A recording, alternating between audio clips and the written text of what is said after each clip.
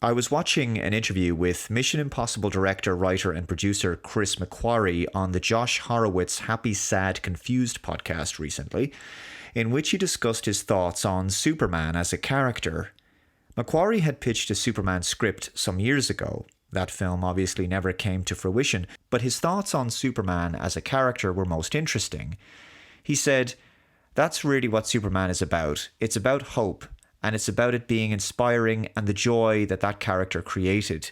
I don't think you need to live in the shadow of Donner's Superman. I don't think you need to live in the shadow of John Williams' score. But you do need to recognize that that movie captured better than any other that has followed. It captured better than any other the heart of that character. The problem with Superman is when they constantly are trying to create bigger and bigger and bigger obstacles for a character with infinite power. Donner understood, and all the best sequences in Superman understand, that Superman's greatest obstacle is himself, followed potentially by Green Lantern." The full clip is linked below for you to check out.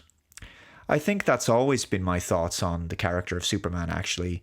Ultimately, I think the reason some Superman movies haven't worked as well as others is that there's been an attempt to pit the character against villains who are stronger than him, or at least equally as strong, which kind of gets old fast, because Superman is like a god, so you have to find an even more powerful godlike character, or the writers have to at least try to weaken Superman's powers because he's just too powerful, right?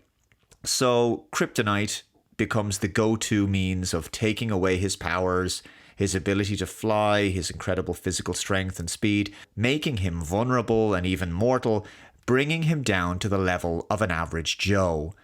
However, this is a trick that can only really be pulled so often. You can only do this so many times before it just becomes like a lazy plot device born out of necessity. It was, of course, done in the Christopher Reeve movies, and of course it was done in Batman v Superman, Dawn of Justice, so that Batman would actually be able to fight Superman hand to hand. What really worked about that ensuing battle between the two characters was that it showcased just how easy Superman really has it, because Batman has far superior hand-to-hand combat skills. When you rob Superman of his powers, he doesn't stand a chance in a fight with Bruce Wayne, because Bruce Wayne is a regular human. He had to hone his crime-fighting craft on the streets of Gotham. He had to learn to become a capable fighter and a tough guy. Clark didn't need those kinds of skills. He didn't need to learn any of that. He already had unimaginable force and power, which was more than sufficient. But take away that power, and he's just a normal guy. So that's why he gets bested by Batman in that fight in Batman v Superman, Dawn of Justice. But like I say, you can't just use Kryptonite all the time. Superman is otherwise too strong. And I think that's the reason that I always felt that the fight against Steppenwolf at the end of Justice League didn't really resonate with me. It had very little impact. I mean, it's well put together and everything, but when you get right down to it, Cyborg, Batman, Flash, Wonder Woman, and Aquaman are all fighting Steppenwolf and his minions, and they're struggling. And then Superman shows up later, and suddenly it's all over in a couple of minutes, right? And then it just sort of becomes too easy in the end. In fact, Superman could probably have just done it all by himself, and that's the whole point of him showing up later, because otherwise the final fight would have been too short. So it's like the filmmakers are just holding back on bringing Superman into the fight too early. Otherwise, it's done in short order. Now, Lois and Clark, the TV show from the 1990s, also known as The New Adventures of Superman, focused more on Clark Kent than Superman. In that show, Clark was the real identity, Superman was the alter ego. And the show was focused on being a light-hearted, somewhat procedural, investigative journalist kind of show with some mystery elements week to week, as our two Daily Planet reporters have to get to the bottom of some corruption or diabolical plot or some monster of the week, whatever. And when the time is right, Clark obviously transforms into Superman and puts a stop to the bad guys in the end.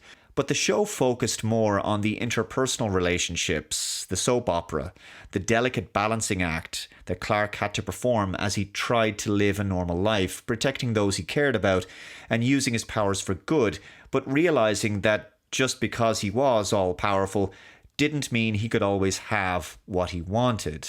The TV series Smallville dealt with some of these same themes, but at an earlier stage in Clark's life. The challenges he faced growing up, his difficulties fitting in, the responsibilities that came with his powers, including discovering his capabilities as he grew up, discovering the man he would eventually become.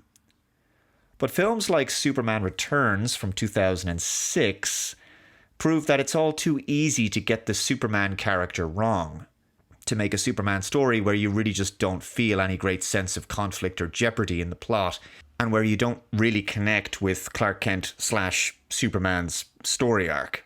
Because fundamentally, the best Superman stories are the ones where Clark has to reconcile both sides of himself, the one that wants to live as a regular person, and the godlike alien, the choices he must make, which lives he chooses to save, the potential consequences to those closest to him should his secret identity ever be revealed, how he manages all of this.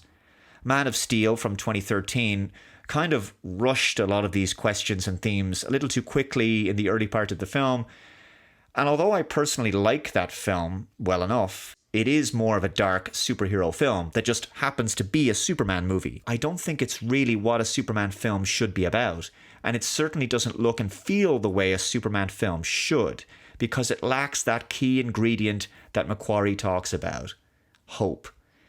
Well, in July, we're going to see what direction James Gunn has decided to take things with his Superman movie. The character is certainly among the most powerful superheroes ever created, obviously, but that produces a very unique set of writing challenges in that Superman is very easy as a character to get wrong, because ultimately a Superman story is not purely about what equally super powerful bad guy you can pit Superman against in order to have some cool fight scenes, right? It's as much about Clark Kent's internal struggles, the weight of his responsibility that the powers give him, the burden he carries, the fact that his alter ego, Superman, may seemingly be able to do everything and anything, but Clark can't have everything he wants from his life.